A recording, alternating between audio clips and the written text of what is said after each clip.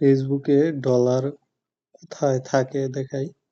আমি সাধারণত ফেসবুক বা ইউটিউবে টাকা উপার্জনের জন্য ভিডিও বানাই না, এমনি শখ থেকে। এখানে ক্লিক করলে তারপরে এই যে মনিটাইজেশনের নিচে পে আউটসে গেলে দেখতে পারবেন ওভারভিউ এখানে $9.94 লাস্ট নেক্সট পে আউট মানে 00 আছে।